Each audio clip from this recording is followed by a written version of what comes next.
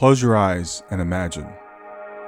What if the things in life that cause us the greatest pain, the things that bring us grief, are challenges? Challenges designed to help us grow, to ultimately become what we were always meant to be. We feel like we've been buried, but what if, like a seed, we've been planted? And having been planted, we grow to become a mighty tree. Now, open your eyes. Open your eyes to this way of viewing life. Come with me as we explore your true, infinite, eternal nature.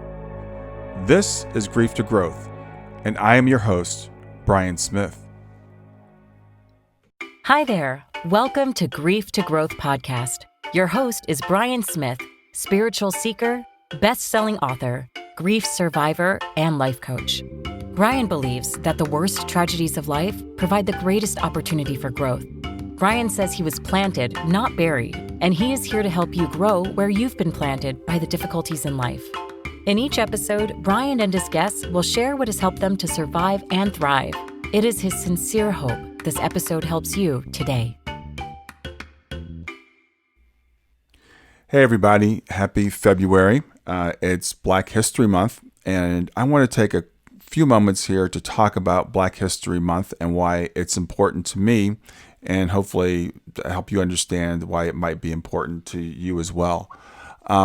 This is a very sensitive subject. You know, I started looking more into Black History Month, frankly, a couple of years ago. My wife and I own a hair care company called Treasured Locks, and we sell to African American women predominantly, not exclusively. And because of that, I was looking for some ways to reach out to our customers during this time. I thought, what a better thing to do than to every day post a Black History fact. And I learned, frankly, a lot myself by posting these facts, things that I did not know and things that made me proud of my heritage. And then I realized that maybe in the past I'd been a little bit ashamed of my heritage. And this morning I was looking up a thing from Dr. Martin Luther King, where he actually said the words, "I'm black and I'm proud," which I never knew he said.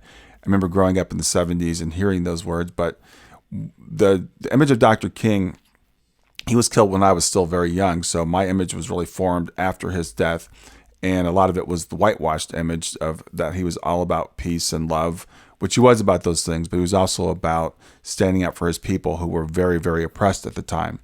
And in this particular video I posted this morning on my Facebook page, he talks about being proud of being a Negro, as we were called in those days, and the struggles that we've overcome as a people.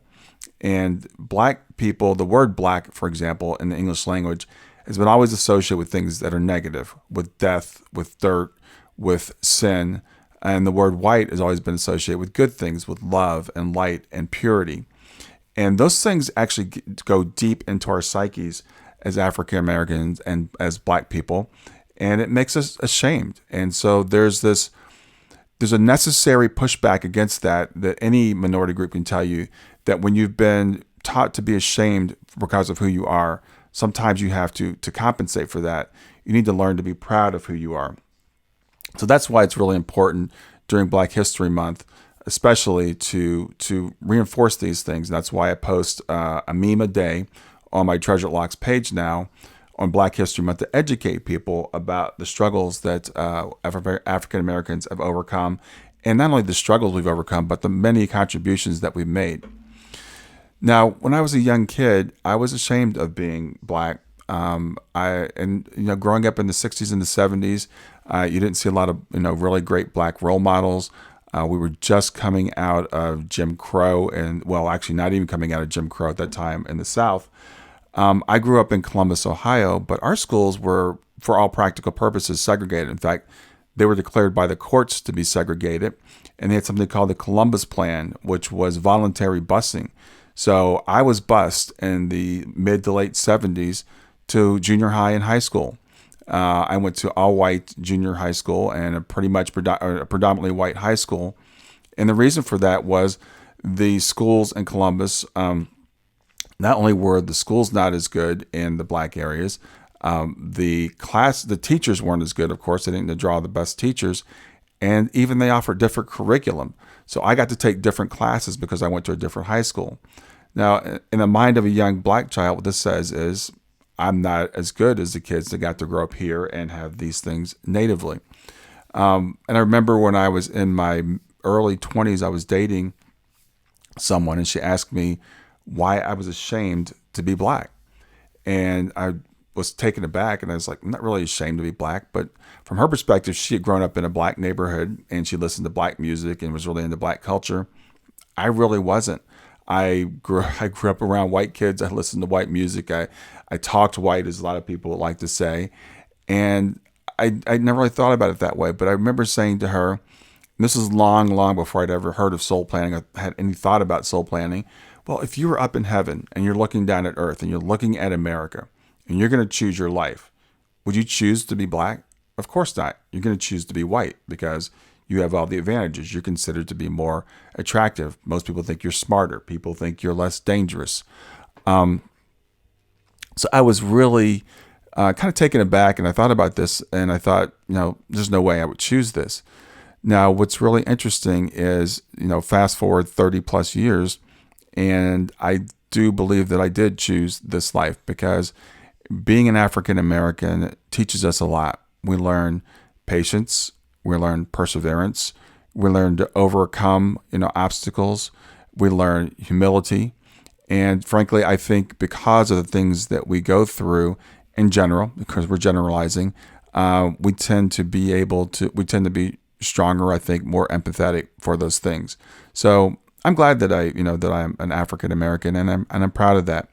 So what I like to do now is try to help other people understand, not from a victim mentality, what we've been through, but to understand why African Americans are dealing with the things we're dealing with today. You can say, well, slavery ended 150 plus years ago. You should be over it by now. But Jim Crow ended not that long ago. And we saw practical Jim Crow in many ways. African Americans still have much, much lower net worths than white people in general. African Americans still go to prison at a much, much higher rate. We're hearing now that African American unemployment is at historic lows, which is true, but it's still much, much higher than the unemployment rate in the general population. So we're still dealing with issues that go back to slavery, that go back to, frankly, some of the religious teachings that were in place about how white people are superior. Dr. King even talks about how the word black is always used associated in the English language, is used associated with things that are bad, with darkness, with evil, with lack of light, with sin, with being dirty and impure, whereas being white is associated with light and love and purity and goodness. And those things go deep into people's psyches and really tell them, kind of define who they are. But as an African American person, again, that's a hurdle I believe that we were given to, or I was given, I should speak personally, to overcome. And I'm proud of the fact that I've overcome it. And I'm proud of the fact that our people have persevered and have learned from these things. So I just wanted to do this video, or this audio. And what's interesting, a couple of weeks ago, I hesitated to do that, but I did a interview with Jeremiah Kamara along with my friend Dr. Terry Daniel, and we talked about race and religion. And I got some positive feedback on that, but frankly, I got some pushback on that. And people said it didn't belong on my channel because they were only here to hear about the NDEs. And the NDEs are important, and we want to talk about love and light and how we're all one. And that's all great. But even though we're all one, we all have struggles that we must overcome. And I believe that's part of the journey for why we're here. And I think understanding other people's struggles is important. And we can learn from those struggles as well as from the great things like the NDEs. So over the course of the next month, it's February 3rd, I'm going to be focusing more on African American history or Black history. And I hope you'll come along with me and we'll learn from each other. So thanks a lot and have a great day. Well, I hope you enjoyed the episode. I want to make it really easy for you to reach me. So just send me a text to 31996 and simply text the word growth, GROWTH. In fact, you can right now just say, "Hey Siri," send a message to 31996. And when Siri asks you what you want to send, just say growth. You can do the same thing with OK Google. Thanks a lot. Have a wonderful day. Thanks for listening to Grief to Growth. Brian hopes that you find this episode helpful and will come back for future episodes. Brian's best-selling book, Grief to Growth, Planted Not Buried, is a great resource for anyone who is coping with grief or knows someone who is. If you enjoy the podcast and would like to support it, there are 3 things you can do to help. The first is to share the podcast with someone that you think it will help. The second is to go to iTunes, rate, and review the episode. The third way you can support the podcast is by becoming a patron. Head over to www.patreon.com/grief2growth. That's patreon.com/grief, the number 2, growth, and sign up to make a small monthly donation. Patrons get access to exclusive bonus content and knowledge that you are helping to spread the message of grief to growth. For more about Brian and Grief to Growth, visit www.grief2growth.com. That's it for another episode of Grief to Growth. I sure hope you got something out of it. Please stay in contact with me by reaching out at www.grief2growth.com. That's grief, the number 2, growth.com. Or you can text the word growth to 31996. That's simply text growth, GROWTH, to 31996. Since you're watching this on YouTube, please make sure you're subscribed. So hit the subscribe button and then hit the little bell here, and it'll notify you when I have new content. Always, please share the information if you enjoy it. That helps me to get more views and to get the message out to more people. Thanks a lot and have a wonderful day.